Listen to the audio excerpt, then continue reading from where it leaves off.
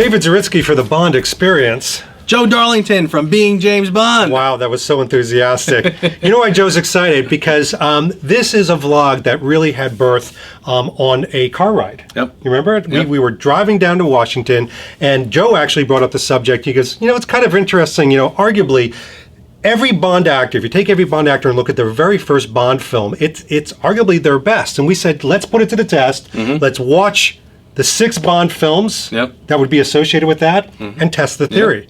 So we are in front of Live and Let Die. You can see over here, trespassers will be eaten. All right, so we're doing this. This is Roger Moore's very first film. Mm-hmm. All right, so first time you saw this film, what were your impressions? It was okay. Honest? Yeah, I know. Yeah, I remember. It was funny because I remember I got into, obviously Roger Moore was my Bond. Yes. I was of that age. Mine too. We're the same age. Yeah. So like in my early teenage years, it was For Your Eyes Only and Octopussy, and I really got into those films. And it was funny. I really saw them at the time as kind of hardcore spy films.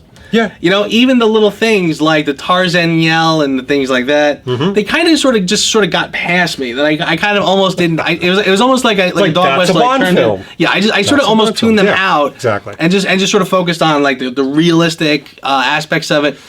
And then I was like, well, I got to see the earlier stuff now. This is when I was getting the bug. Well, I watched Live and Let Die, and I was like, okay, all right, it's good. And there's a lot to like about it, and I do like this film. It is a great, it's a good Bond film. I think when I first saw it, it took a little, and it probably sort of, it was a little disposable at the time, but I've definitely learned to appreciate a lot about it, and it definitely has that aspect of being timely. Yeah. So when you're a teenager in the '80s watching what was kind of hip in the early '70s, you're like, oh, okay, well that was then. All right, so you're bringing up a very important fact, and I think everybody watching can appreciate this. Your entry into Bond is all important in determining what you like. And I'll tell you why I say this. My very, very, very first Bond film that I ever saw, I was in Atlantic City on a vacation with my entire family, and we saw The Spy Who Loves Me. And I remember seeing it and obviously loving it. And my dad said, there's other Bond films. And it was just like this eye-opening moment for me. Yeah. And then I remember shortly thereafter, in whatever capacity it was, seeing Live and Let Die. Maybe it was on TV at the time. Yeah. Maybe it was a rerun. I don't know. I'm a revisionist, so who knows what really happened. But I have to tell you something. And this is good, because we shouldn't be in agreement about everything. Should be point, counterpoint. I love Live and Let Die. Okay. Not appreciate. I love it. And I'll tell you why I do. I remember seeing Spy Who Loves Me, which to many people, if not almost everyone, is Roger Moore's greatest. They really love that. They think it's the perfect movie. Yeah. To me, even today, Live and Let Die, it was Roger Moore's first entry, and he was kind of a no-shit guy. I mean, he had, obviously, his lover boy moments that we've come to appreciate. He had his kind of wisecracks. But there were some really serious, dire moments. I'm going to even say scary moments of trepidation. Yeah. I thought that when he was in certain situations, it wasn't comical in the way that he escapes them. He shows himself very capable, very learned. They actually showed some of Bond's lifestyle, behind the scenes thing, which when do you ever get to see that? Yeah. I loved his interaction with M. I mean, I could literally go through all the characteristics to which I weigh, this is why I love this Bond movie, and it starts to check off all the points. It's interesting you're saying that too, because I kind of feel like you're sort of it's like the theory that we were talking about the first film starting things off. This is kind of Dr. No-esque in that respect, where there's a lot of traits that you see here that sort of go forward. And I've actually sort of had that feel. I've always thought about this film that it does have, and I wonder if it was intentional, there were some Dr. No moments in this. Oh. I mean, if you think about it, I mean, it's got Quarrel Jr., it's got the Jamaican setting, it's got, instead of the tarantula, we've got the snake. Yeah. I mean, there's a couple little moments, little beats here that do sort of have that Dr. No feel. And I think there were even, dare I say, and I don't think anybody really talks about this, there were some Connery moments that Moore adopted. And I know there's lots of interviews where he said he made it his own, and he did. I think he became more I think it became Roger Moore's James Bond later in the later movies. Yes. But this one, there was a lot of Connery-esque type things. The way he acted, the way he connected. Yeah. Some of it was written, by the way. Some of it was storyline. I do love little moments, and I think this was Connery's era, where he refers to other agents. Even when they show the agent getting killed, and he goes, oh, Baines, I did like Baines, like we shared the same bootmaker. Right. Those types of things. But then you had, like, all of a sudden a Roger Moore moment, even when he kills the snake. It's like Connery's whacking the spider. He burns the snake, and then he goes, Yep. I mean, that to me is more, but it's also not like driving through the desert listening to right. Or the Tarzan yell, which is world famous. Sure, there you go. It is interesting, and it's funny too, because like you said, they do in some ways try to make this the non-Connery. Like he's drinking bourbon, no ice, instead of a martini. He's smoking cigars instead of cigarettes. Yeah. So they do try to kind of make this Roger Moore's own thing. Yes. But you're right. They do the things that they pick, the Bond-esque things that they pick and run with, and the things that they add to it to make it Moore's. It does make it a pretty interesting cocktail. It does. It starts to integrate. And by the way, we always talk about the look of Bond and everything. And I think there were some very Connery-esque moments, obviously, when Roger Moore's all dressed in black, which we know Daniel Craig obviously then accepted for the poster and Spectre. It's very cool. But that is that Connery outfit from Thunderball, kind of that all black, like sneaking around, Palmyra type outfit. And then his suits and his coats and, the Chesterfield coats and everything. Yeah. I do think Roger Moore gets smacked around the head a lot for his fashion, even though it was a sign of the times. They had giant lapels that were the size of wings. Yeah. In this movie, though, he looked like Bond. He looked the part. Sure. It's funny. The thing that keeps going around in my head as we're talking, when you say that this was like your first or your second experience with Bond, it really does. And you came from The Spy Who Loved Me and then went to this one. I really do believe that the people's first Bond movies, that's the lens through which you watch all the Bond films going forward. Totally. It's almost like you can't shake that first feeling when you met Bond for the first time. Yes. I mean, that's why it's so funny. Sometimes when I'm talking to people and they like this one, they hate that one, was Moonraker your first Bond? Yes. And that's like, there's the Moonraker Bond guys, and God bless.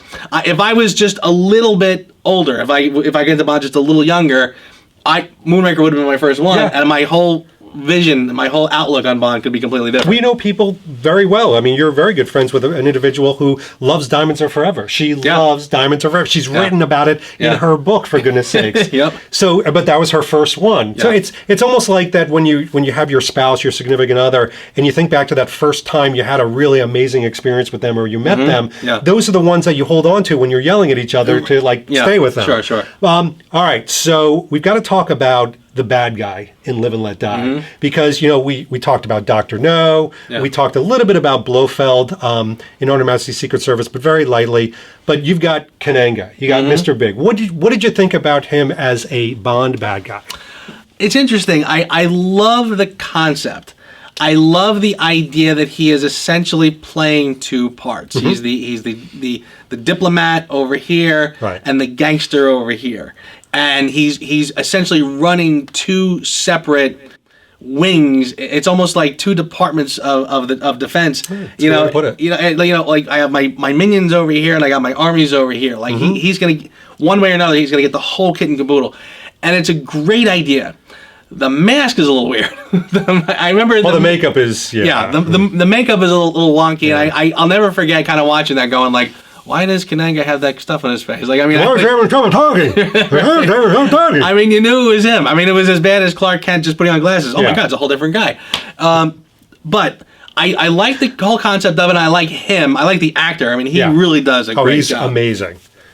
Yeah, agreed. And I like him as a bad guy because what I look for in my Bond bad guys is this. Like, he's maniacal, he's over the top, and then he's like really kind of sweet and appreciative, and then it's like, oh, what the hell? Right. He should be like a crazy person. And there are times when he's like, oh, Mr. Bond, I like you so much. And then all of a sudden he's like, I'm going to kill you. And he takes the knife and he's like, where the hell did this come from? Right. So I feel like he's a very dangerous character. When you get to the things like, I love the movie Tomorrow Never Dies.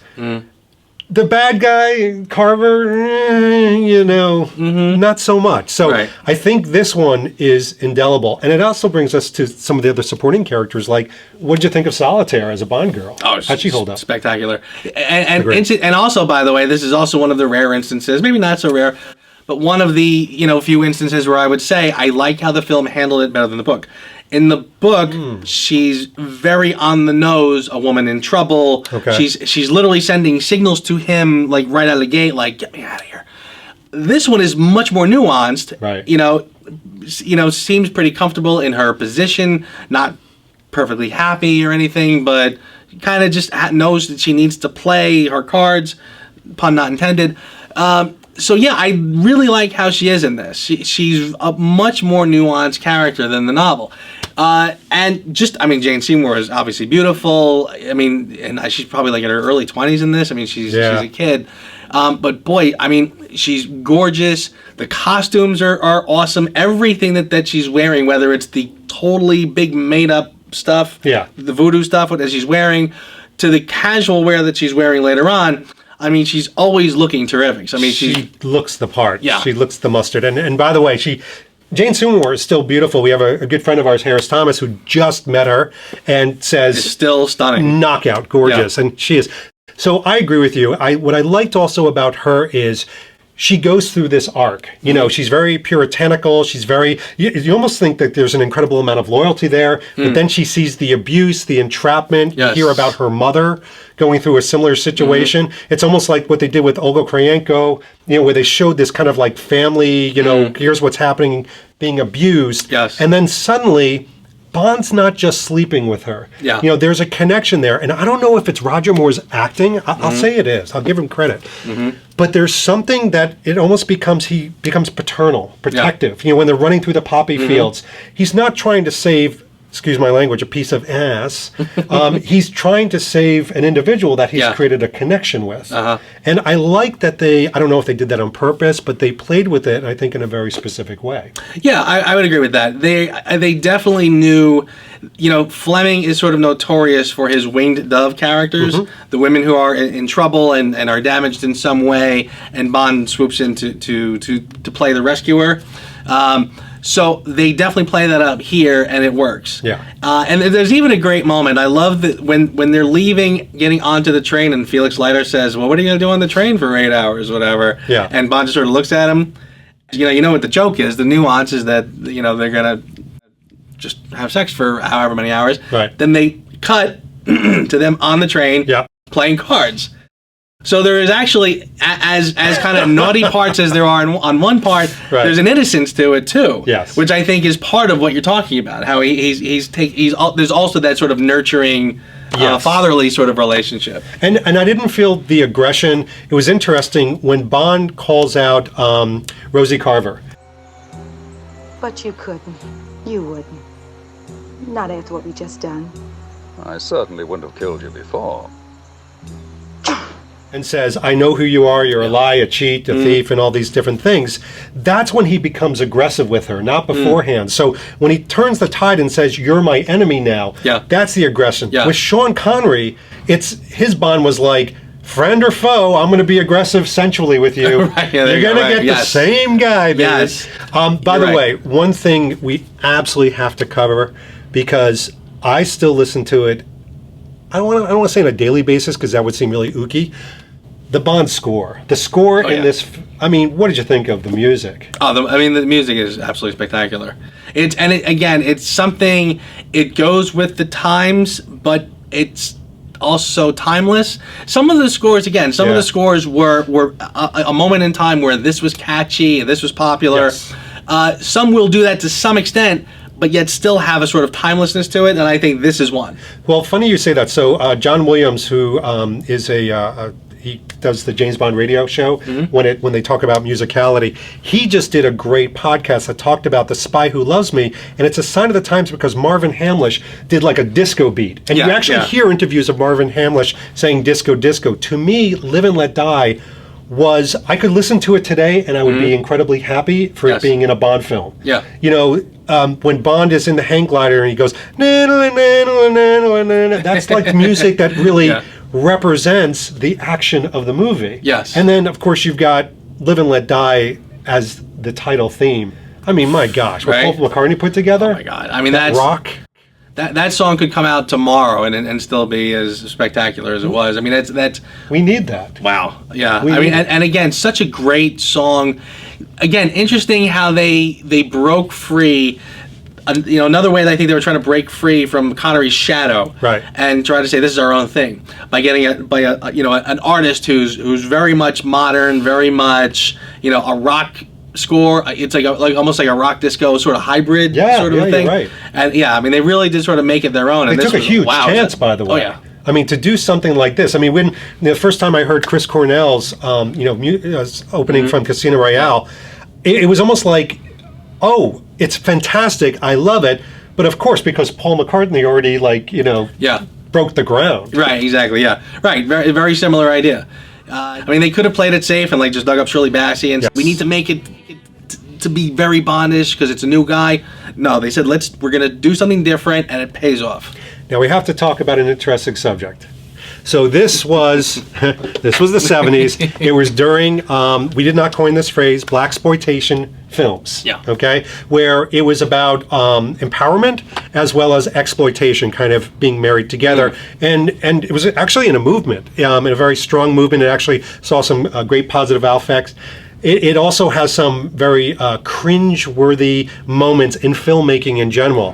For $20, I'll take you to a Ku Klux Klan cookout. So a lot of people look at Live and Let Die and they go, ooh, cringe, cringe-worthy, whether it was some of the vernacular or way some of the black actors are portrayed. What's your opinion of that? Oh, you're gonna stick me with this one, okay? Well, I'll come in second. I don't want to lose. I don't want to lose followers. Yeah, well, I mean, it's just funny because it's a touchy subject, and it's funny. We were talking off camera before about just the things like how the Bond films and films in general are changing because people are getting so much more sensitive to things. And one of the things that you find is that when something is said, it has a lot less to do with what's actually said as opposed to who says it. So when you deal with a subject like blaxploitation, again, when a Bond movie does it, it can be touchy because that was sort of a movement that came out, black filmmakers, black actors and actresses doing what they wanted to see. Yes. So and sort of like anything else, a good idea can sometimes blossom and people will take it and run with it. Bond takes it. Now you sort of have like the whitest as white can be, trying to dip their toes in a blaxploitation film. I think a lot of it works just fine, and a lot of it is funny, and a lot of it is kind of timely. A lot of it you look back and you're like, wow. I mean, it's watching Live and Let Die sometimes has a feeling of watching All in the Family. Here's to yesterday.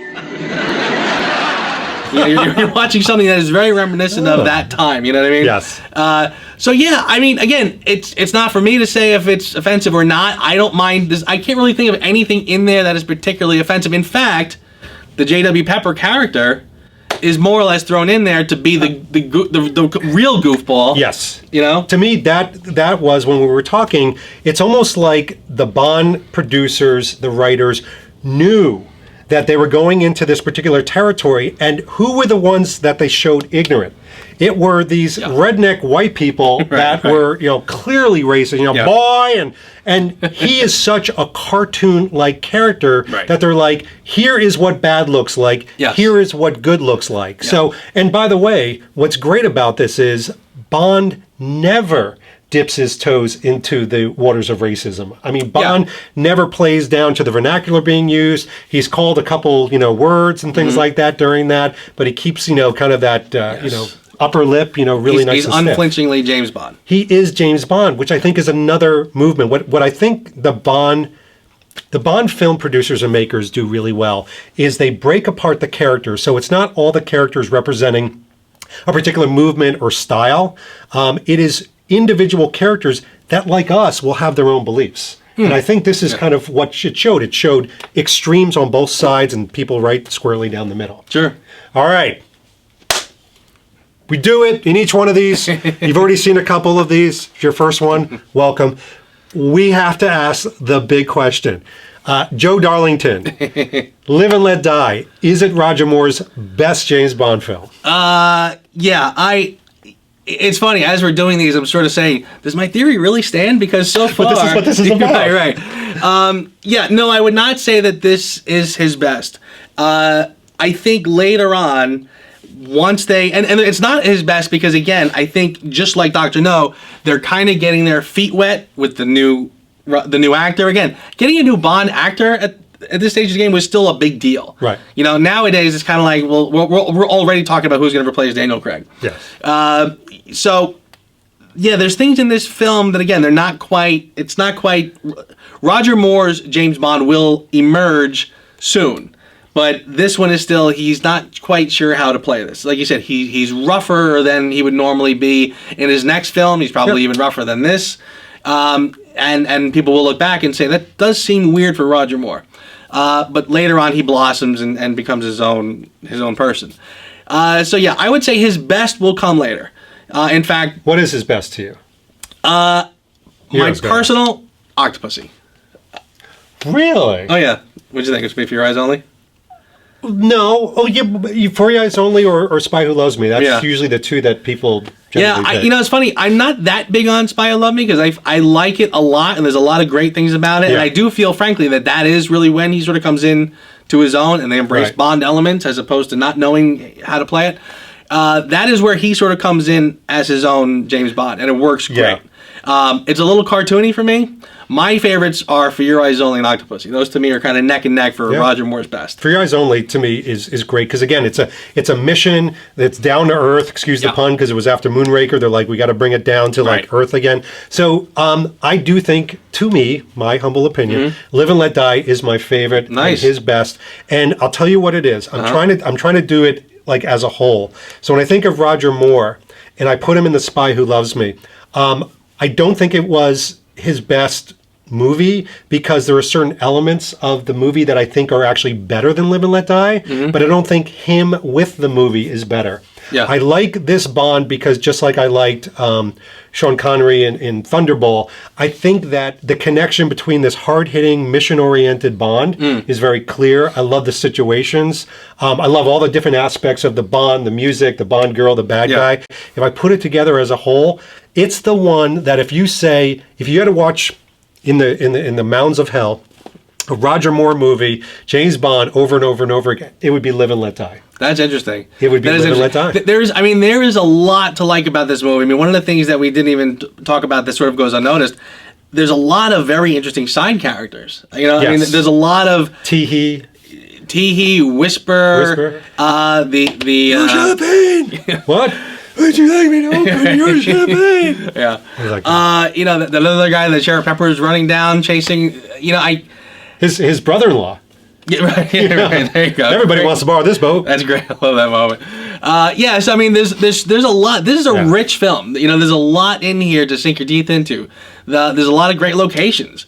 I mean, sort of almost forget, but there's Jamaica is one, New Orleans is one. I mean, they bounce around. Yeah, and agreed. it's some good stuff. So I believe me, I will not. It's a contender, but it's yeah. Again, it's not my personal favorite, but I will not knock anybody for liking this one because I think this one it really is a great film. And so it's interesting. So far, we've been through 3 of these. Only one, because it was his only film, has stood to your theory. Yeah, that's true. For me, it's 2 out of the 3, but for you, it's only 1 out of the 3. I think it happens. Let's see what happens. Yeah, next. I think going forward, I'll be a little more on track with it because, again, we're still in the early days. The idea of having to sort of get back to basics hasn't really happened yet. True. I mean, we're still sort of in like the hardcore just James Bond movies. I mean, this is the 8th film in the series. Yeah. We're not kind of out in the teens and 20s yet, where we have to sort of, where we sort of done everything, and now we got to bring it back in. Exactly. So yeah, we're still sort of at the ground level, and we're like the whole back to basics. We're at the basics at this point. True that.